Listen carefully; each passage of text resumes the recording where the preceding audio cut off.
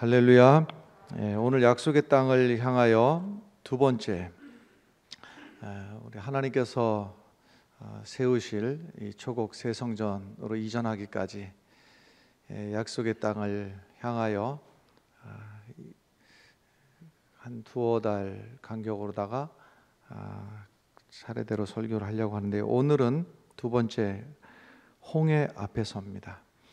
진퇴양난이라고 하는 말이 있습니다. 앞으로도 못 가고 뒤로도 못 가고 가만히 있을 수도 없고 어쩔 수 없는, 어느 쪽을 선택해도 이렇게 해도 안 되겠고 저렇게 해도 안 되겠고 진퇴양난의 경우를 우리가 살다 보면 만날 수가 있습니다.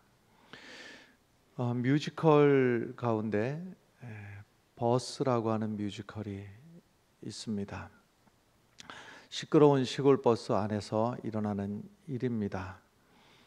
7명의 승객이 타고 있고 버스 기사와 함께 8명입니다. 이 버스가 시골길을 내려가고 있다가 산길을 굽이굽이 내려가고 있다가 브레이크가 파열돼서 이 차가 굉장한 위험에 처하게 됩니다. 한쪽은 깎아지른 듯한 절벽이고 한쪽은 낭떠러지기입니다. 이 위험한 길을 브레이크도 없이 가까스로 어떻게 여기를 내려오게 되었는데, 그래서 이 낭떠러지에 떨어지지도 않고 이제 가까스로 마을로 내려온 이 버스가 그 길을 내려오느냐고 굉장히 속도가 붙어서 이제 선택할 수 있는 것은 저 앞에 보이는 건초더미 앞에, 건초더미다 보니까 아무래도 충격이 그래도 다른 것에 비해서는 충격 흡수가 좀 될 수 있는, 그나마도 이 버스 안에 있는 승객 7명을 구할 수 있는 마지막 기회가 이 건초더미 앞에 가서 그냥 부딪히는 일입니다. 그래서 건초더미를 향해서 달려가고 있는데 아뿔싸 이 앞에 철없는 한 아이가 이 버스를 보고 마냥 손짓을 하면서 서 있는 거예요. 이 상황을 모르는 거예요. 여기서 선택할 수 있는 것은 둘 중에 하나밖에 없어요. 이 아이가 있는 쪽을 무시하고 그냥 넘어가서 아이를 희생시키더라도 건초더미에 가서 이제 충격을 흡수하고 승객들을 살리느냐, 아니면 이것을 피하는 상황이면은 이 안에 있는 7명의 목숨도 위험할 뿐더러 또 다른 어떤 또 많은 참사가 벌어질지 알 수가 없는 이 기가 막힌 상황에서 이쪽으로 선택을 할 수도 없고 이쪽으로도 선택을 할 수가 없는 그러한 것.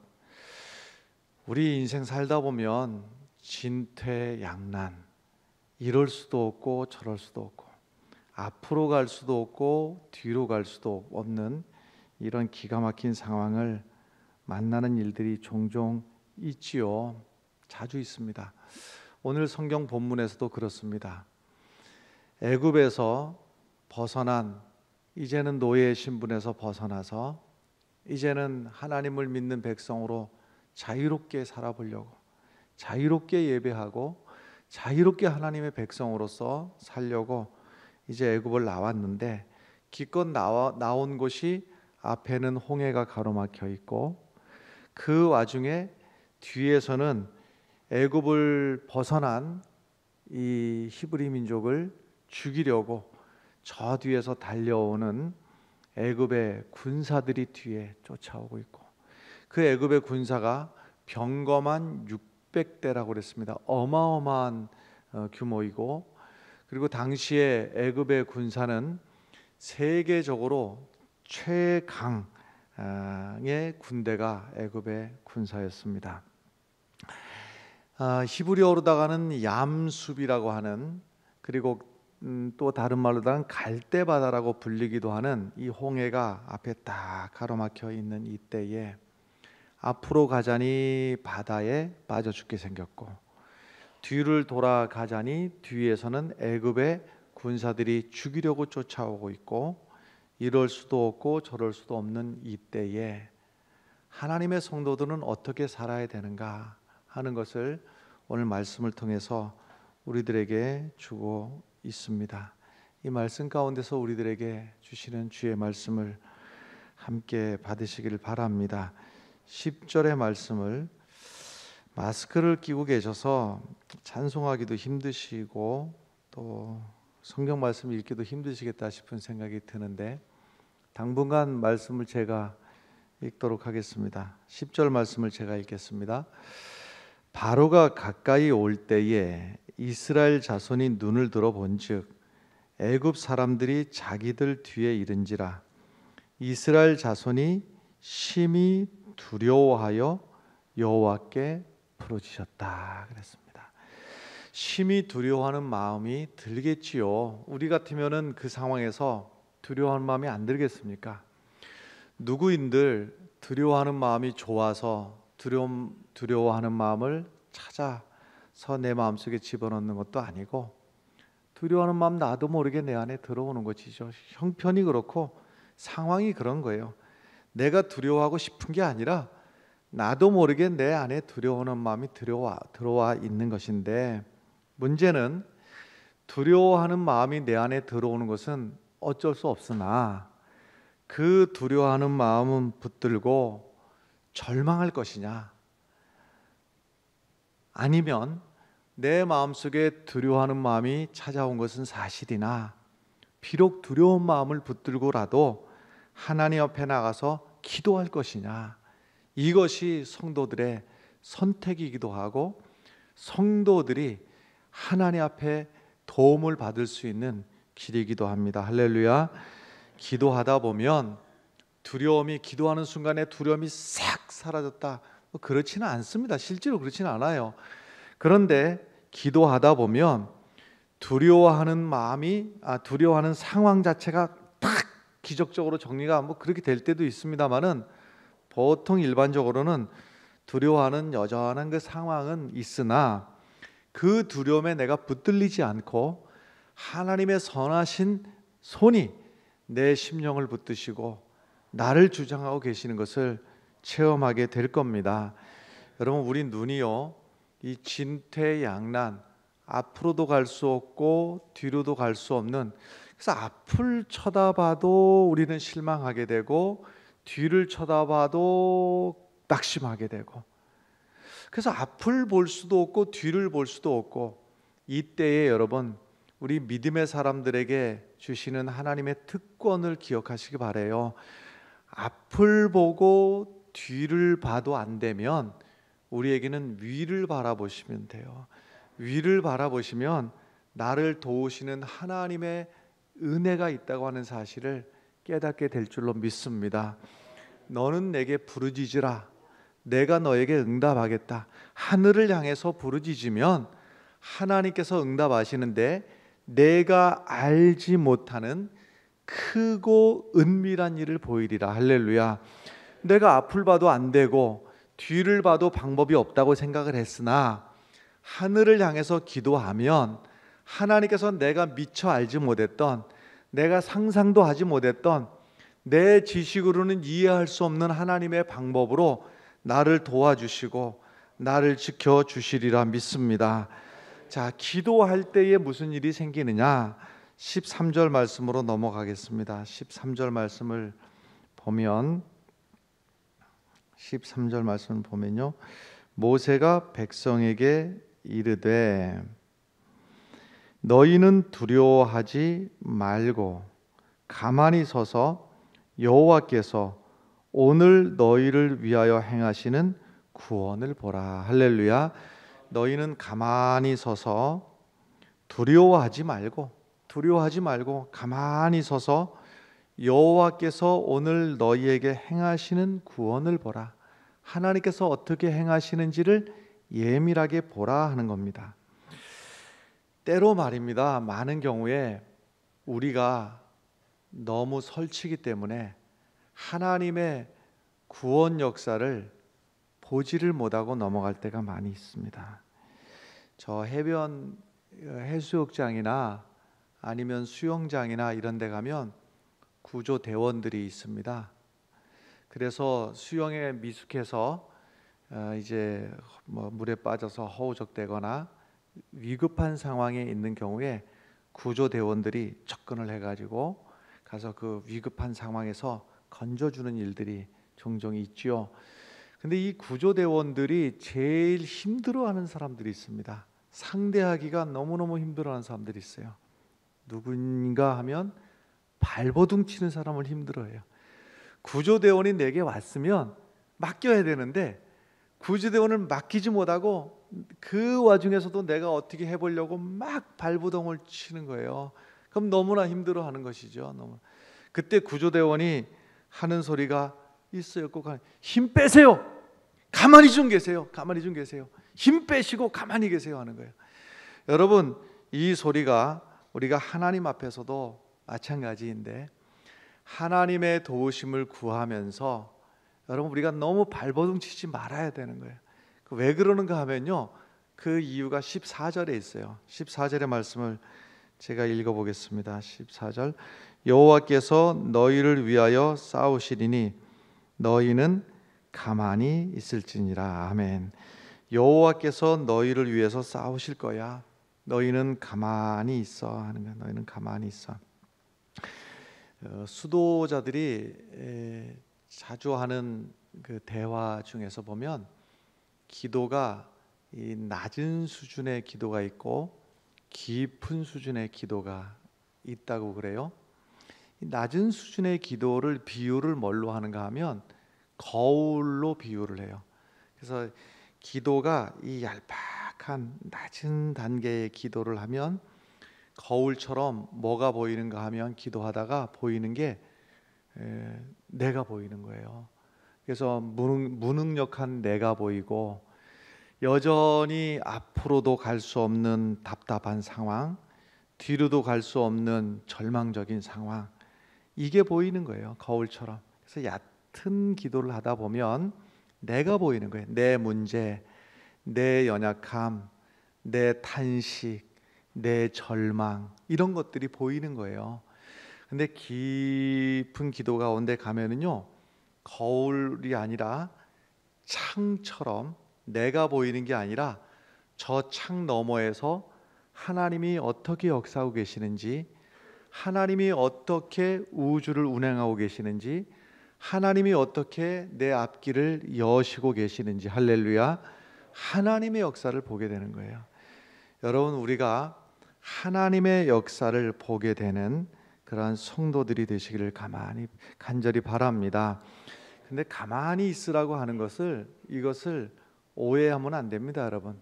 너희는 가만히 있어서 하나님의 구원의 역사를, 하나님이 어떻게 싸우시는지를 보아라 이랬는데, 가만히 있으라고 그래서 감나무 밑에 가가지고 입을 쫙 벌리고 가만히 있어서 주님 믿습니다, 저 감이 내 입 안으로 쏙 들어올 줄로 믿습니다 하고 가만히 있는 것이 가만히 있으라가 아니라, 여기서 너희는 가만히 있으라 하는 이 말의 의미는 무엇인가 하면 기도보다 앞서지 말라, 성령보다 앞서지 말고 말씀보다 앞서지 말고, 할렐루야.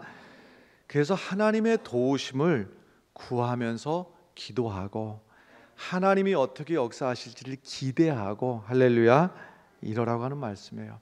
이 장면에 비슷한 장면이 어디를 볼 수 있는가 하면 여리고 성이 무너질 때 얘기예요. 여리고 성이 무너질 때 옵션은 딱 한 가지였습니다. 뭐냐면요, 여리고 성을 이렇게 돌면서 무엇을 요구하셨는가 하면 입을 다물라고 하네요. 입을 열지 마라. 입을. 여러분이나 저나 우리 연약함은 고백해야 되는데요, 만약에 여리고성을 이렇게 돌면서 마음대로 떠들으라고 그랬으면은 뭐라고 했겠습니까? 가능성이 믿음의 말을 했을 가능성보다는 불신앙의 말을 했을 가능성이 훨씬 높습니다. 믿음의 말이라 하면 만약에 말을 해도 됐으면 여리고성을 돌면서 우리가 이 말씀 따라서 순종하면서 여리고성을 돌면 하나님께서 저 여리고성이 때가 되어서 확 무너지게 해 주실 거야, 그런 말을 했을까요? 아니, 그런 역사가 일어나려고 상상도 못 하는데 그런 말을 어떻게 했겠어요? 안 했겠죠. 아마도 우리가 기껏 입에서 내놓은 말이라고는 이런 말 했을 거예요. 더워 죽겠는데 여기는 왜 돌라고 그러는 거야? 아니, 이렇게 돈다고 그래서 세상에 이게 말이나 돼? 지금 전쟁을 하는 거야? 놀자는 거야? 뭐 하는 거야? 불평의 말, 부정적인 말이 우리 입에서 나왔을 가능성이 높지요. 지금 이렇게 돌 때에 군대를 조직하고 군사를 조직해서 훈련이라도 해야지 여호수아가 정신이 있는 거야 없는 거야, 이런 소리 했을 가능성이 높지요. 그리고 지금 이때에 저 여리고성에서 성문을 열고 군사들이 달려 나오는 날이면은 우리는 전멸할 것인데 이거는 미친 짓임에 틀림없어. 여러분, 내 얄팍한 지식을 가지고 내 요만한 생각을 가지고 이러쿵 저러쿵 떠들었다면 여리고성은 무너지지 않았을 것입니다. 할렐루야. 그러나 하나님이 입을 다물라 했을 때 입을 다물고 돌라고 했을 때 돌고, 이것이 가만히 있는 것입니다. 가만히 있어 하는 것은 하나님이 말씀하신 그대로 앞으로 가라고 그러면 가면 되고, 돌으라고 하면 돌면 되고, 우리의 입을 열어서 내 그 부족한 내 하고 싶은 말대로 내 감정대로 떠들고 내 생각대로 판단하고 내 지혜가 앞서고 그러지 않기를 하나님께서는 엄히 말씀하고 계시는 거예요. 가만히 있으라는 것은 제발 우왕좌왕 좀 하지 마라. 우왕좌왕 하지 말고 내 감정대로 행하고 내 생각대로 주장하고 내 마음껏 내가 아는 것이 다인 양 떠들지 마라 하는 그런 얘기예요. 15절의 말씀 넘어가겠습니다. 15절의 말씀을 제가 읽겠어요. 여호와께서 모세에게 이르시되 너는 어찌하여 내게 부르짖느냐? 이스라엘 자손에게 명령하여 앞으로 나아가게 하고. 모세도 마음속에 답답했던 모양이지요. 지금 이 지도자 모세는 얼마나 답답했을까요? 그러니까 하나님 앞에 간절한 마음으로 기도를 했겠지요. 그러니까 너는 어찌하여 내게 부르짖느냐? 그 다음에 하나님 하시는 말씀, 이스라엘 자손에게 명령하여 앞으로 나아가게 하고. 할렐루야. 지금 이 명령을 하라고 할 때 이스라엘 백성들에게 자 이제 앞으로 가자 하고 앞으로를 얘기했을 때 지금 아직까지 홍해가 갈라지지 않은 상태라고요. 그러니까 이 말을 백성들에게 이 명령을 하는 모세도 이해도 안 되고 부담스럽고, 그 말을 듣는 백성들도 아니 지금 앞으로가 어디냐면은 홍해 바다에 빠져 죽는 일입니다, 여러분. 그런데 이 말씀이 하나님의 말씀이기 때문에 모세는 이스라엘 백성들에게 앞으로를 말할 수밖에 없었고, 이스라엘 백성들은 그 말이 이해가 되지 않고 모세도 이해가 되지 않았으나 앞으로 가라고 하니까 앞으로 나아갈 때에 하나님께서 모세를 통해서 그 팔을 내밀라 했을 때 그 말씀에 순종해서 내밀 때에 홍해가 갈라지고 이 홍해를 마른 땅으로 건너가게 되었고, 뒤에서 쫓아오던 이 병사들이 다가오지 못하도록 하나님께서 구름 기둥을 뒤로 보내주셔서 그 뒤에 원수와 같은 이 애굽의 군대와 하나님의 백성 사이를 구름 기둥이 막아서 해함을 당하지 않도록 지켜주신 것을 믿으시길 바랍니다. 여러분, 생각을 해보면 누가 대답을 하더라도 이거는 100% 대답할 수 있어요. 홍해를 가른 것이 모세의 손이었습니까? 하나님의 능력이었습니까? 하나님의 능력이었습니다. 그런데 언제 갈라졌느냐가 문제인데, 언제냐가 문제인데, 모세가 손을 내밀 그때가 홍해가 갈라지는 때였습니다. 할렐루야. 여러분, 하나님께서 앞으로 나아가라고 하면 앞으로 나아가는 순종이 어찌 보면은 어마무시한 것 같으나 홍해가 갈라지는 큰 역사 앞에서 보면 앞으로 가라는 거 가면 되는 거예요. 그때는 어마무시한 일 같으나 돌이켜보니 하나님이 홍해를 가르시는 큰 역사 앞에는 적은 순종이었습니다. 할렐루야. 언제 홍해가 갈라지느냐? 앞으로 가라 할 때 가는 순종, 손을 내밀 할 때 내미는 순종. 할렐루야. 돌이켜보면 손을 내미는 게 뭐가 그렇게 대단하냐 하겠습니다마는 지금 뒤에서는 막 군사가 쫓아오고 백성들은 다 죽게 생겼고 지금 앞에는 홍해가 막 넘실대고 이 어마무시한 상황에서 손을 내밀라. 지금 하나님 그때가 아니고 어떻게 하면 좋습니까? 손을 못 내밀 수도 있어요, 여러분. 그런데 하나님의 큰 역사는 우리의 작은 순종에서부터 시작한다는 사실을 잊지 마시기를 바랍니다. 하나님께서 못 하시는 일이 있을까요, 없을까요?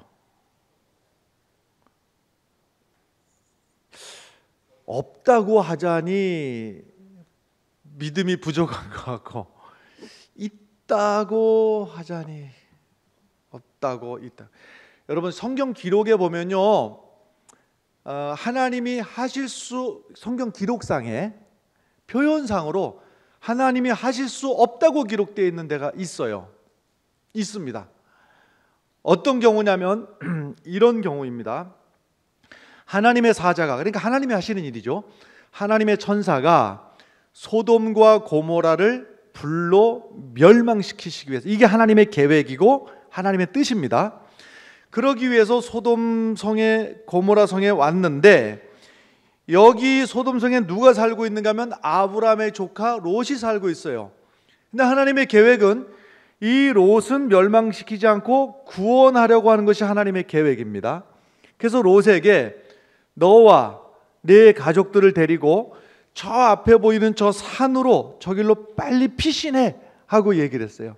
그랬더니 롯이 그 산을 쳐다보더니만, 하나님, 내가 저기까지는 너무 멀어서 도저히 내 힘으로는 피할 수가 없을 것 같고, 요 앞에 보이는 소알이라고 하는 성에 거길로 내가 피하면 안 되겠습니까? 그러니까 지금 긴박하게 지금 하나님의 역사는, 심판의 역사가 임해져야 되는데 여기서 타협을 하는 것이죠. 그래, 그러면 그 소알이라고 하는 성이라도 가서 빨리 가서 피해라. 그리고서는 하시는 말씀이, 네가 거기에 피하기까지는 내가 아무것도 할 수 없노라. 이해가 되십니까? 하나님의 역사를 이루시기에 우리가 하나님께서 요구하시는 것을 행해야 되는 적은 순종이 그 앞에 늘 조건으로 달려 있다고 하는 말씀입니다. 하나님이 혼잣말처럼, 왜 어르신들 잘 그렇습니다. 사실은 누구 들으라고 하는 소리인데 형식은 혼잣말처럼, 이때도 하나님하고 이사야하고 관계해 보면 하나님이 말씀하시는 형식은 혼자 말씀하시는 것 같으나 실제로는 이사야 들으라고 하는 거예요. 하나님이 뭐라고 하는가 하면, 내가 누구를 보내며 누가 우리를 위해서 갈고, 이 얘기를 자꾸 반복해 가지고 이사야 들으라고, 내가 누구를 보낼 거요, 누가 갈 거요, 이 얘기를 하나님이 이사야에게 반복하시는데, 하나님의 계획이 뭡니까? 하나님의 사람을 보내서 하나님의 희망의 메시지를 전하고, 그리고 이대로는 도저히 안 되니 회개하고 하나님 앞에 돌아오라는 하나님의 구원의 말씀을 전해야 되는데, 이 하나님의 역사를 언제 이루어지느냐? 이사야가 이 말씀을 듣고 주여 제가 여기 있나이다, 나를 보내소서. 할렐루야. 이사야의 이 헌신, 이 신앙의 고백을 들었을 때에 하나님의 구원의 역사는 시작이 되었다는 말씀입니다. 하나님은 언제 역사하시는가? 하나님의 놀라운 역사는 우리의 적은 순종에서부터 시작이 된다고 하는 사실입니다. 홍해가 언제 갈라지는가? 하나님의 말씀 앞에 순종함으로 손을 내밀고 앞으로 가라 할 때 첫 발을 내딛는 여기에서부터 하나님의 역사는 이루어진다고 하는 사실을 믿으시기를 바랍니다. 여호수아서 내용 중에 보면 가나안 땅을 차례대로 점령해가는 이야기들이 나오고 그 점령하는 과정이 7년 동안 일어나는 일들이 여호수아서에 차례대로 기록이 되었어요. 근데 이 싸움이 얼마나 신나는 싸움이겠느냐? 하나님이 일방적으로 이스라엘을 편들어 주시는 거예요. 일방적이에요. 일방적으로. 그냥 아무하고나 아무개하고 싸웠다. 일방적으로 하나님이 이기도록 편들어 주시는 거예요. 아주 편파. 어느 정도냐? 필요하면 하늘의 해도 제자리에 머물게 하고 달도 제자리에 머물게 하고 이스라엘이 그래서 유리하다면 그렇게까지 하시는 거예요. 아주 지나칠 만큼 이스라엘이 이기도록 하나님이 편파적으로 편들어 주시는 거예요. 자, 그러니 싸우면 이기게 되어 있어요. 자, 그러면 이 7년 동안 싸움 중에서 못 이겨본 적이 있었을까 없었을까? 있다는 데 문제가 있는 거예요. 그럼 왜 못 이겼는가? 단순합니다. 싸우면 이기고 싸우면 이기는데 잘못 판단해서 싸움을 안 싸운 경우가 있다 이 말이에요. 하나님이 언제 이기게 하시는가? 그 가나안의 원수들과 싸울 때 이기게 해주시는 거예요. 할렐루야. 이기게 해주시는 것은 하나님이지만 싸우는 건 싸우러 나가는 건 누가 해야 됩니까? 우리가 해야 되는 겁니다. 할렐루야. 우리 새성전 건축도 마찬가지입니다. 하나님이 이루어 주시라고 저는 100% 확신합니다. 그러나 하나님의 역사는 우리가 하나님 앞에 나와서 무릎 꿇는 그 자리에서부터 하나님의 역사는 시작이 된다고 하는 사실을 잊지 마시기를 바랍니다. 이런 경우가 한두 개이겠습니까마는 열왕기상 17장에 보면 엘리야, 하나님의 종 엘리야가 사르밧 과부의 집에 와서 그것만 쳐다보면은 어마어마한 일인데 이 사르밧 과부 집에 먹을 게 없어서 이제는 굶어 죽어야 될 상황이니 마지막 있는 가루 한 움큼을 긁어 모아가지고 그 과부의 집에 아들이 하나 있었는데 이것을 가지고 마지막 남은 기름 한 방울을 똑 떨어뜨려 가지고 떡을 만들어서 마지막 남은 가루에 마지막 남은 기름을 부어서 떡을 만들어서 이것을 반쪽씩 나눠 가지고 과부 반 먹고 아들 반 먹고 이제는 죽으려고 맘먹고 있는, 해필이면 딱 그때에 엘리야 하나님의 종이 나타나서 하는 말이 그거를 좀 나를 준다고 하는 거예요. 하나님의 종이라도 너무 하지 않습니까? 뺏어 먹을 게 따로 있지. 세상의 마지막 이 과부의 집에서 그거 먹고 죽으려고 하는데 그거 내놓으라고 하는 거예요. 근데 그것을 내놓을 때 무슨 심정이었겠어요? 어마어마한 일이라고 생각했겠죠. 어마어마한 일이라고. 그런데 저 같으면은 그걸 먹으라고 했어도 그거를 혼자 입에 그거를 쏙 다 넣었을까 싶은데 이 엘리야는 참 제만 같아서는 아무리 양보를 해도 반을 좀 나눠서, 반은 그 아들이 쳐다보고 있잖아요. 지금 아들이 지금 얼마나 먹고 싶겠어요. 그 아들 반 주고라도 좀 자기 반이나 먹지. 아들이 쳐다보고 있는데도 그거를 그냥 하나 남김없이 그냥 입에다 다 집어넣고 꼴딱 삼킬 때 그 아들이 어쩌겠어요. 그런데 여러분, 그 순종이 어마무시한 순종인 것 같으나 돌이켜보니, 지나고 보니 그 순종을 보시고 이 집에는 그때로부터 가루가 떨어지지 않고 기름이 떨어지지 않는 하나님의 큰 축복을 주신 줄로 믿습니다.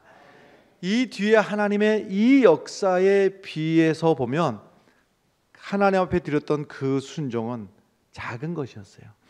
여러분, 우리의 작은 순종 그 자리에서부터 하나님의 놀라운 역사는 시작이 된다고 하는 사실을 믿으시길 바랍니다. 작은 순종도 쉽지 않습니다, 여러분. 반복해서 훈련하는 시간들이 필요합니다. 한 번에 되는 것이 아니라 새벽 기도가 어려운 일입니다, 여러분. 기도 자체가 어려운 일입니다. 새벽 기도는 더더욱 어려운 일입니다. 40일 새벽 기도를 하자고 해도 입이 떡 벌어질 일인데, 새 성전 건축을 위해서 석 달, 90일간 기도를 하자고 하니 보통 일이 아닐 겁니다. 여러분, 이때가 나를 쳐서 하나님 앞에 순종하는 훈련의 기회로 삼으시기를 바랍니다. 이 적은 순종, 내가 다른 능력은 없으나 내가 기도해서라도 교회에 벽돌 하나 역할이라도 해야 되겠다, 이 부담이 되시면 함께 기도하는 자리로 나오시길 바라고요. 하나님께서 그 자리에서 하나님의 역사를 보게 될 것이고, 이제껏 남의 얘기로만 듣던 하나님께서 내 가정에, 내 사업장에, 내 삶에 주시는 은혜를 체험하는, 간증하는 그런 기회로 삼게 되기를 바랍니다. 말씀 시작할 때에 뮤지컬 버스 말씀을 드렸습니다. 어떻게 됐을까요? 내리막길을 달려가다가 마지막 선택은 앞에 건초 더미를 가서 부딪히면은 이 안에 있는 7명뿐만이 아니라, 만약에 여기를 피하면 마을길로 들어서게 되면 얼마나 더 많은 사람들이 상할지 다칠지 알 수가 없는 기가 막힌 상황.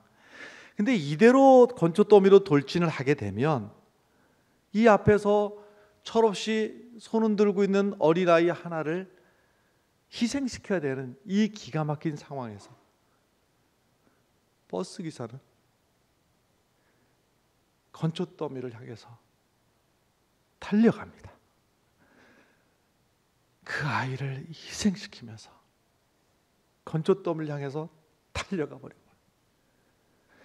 나중에 정신을 차리고 승객들 7명이서 알게 된 사실은, 그 앞에서 손을 들고 있었던 아이는 운전기사의 아들이었던 거예요.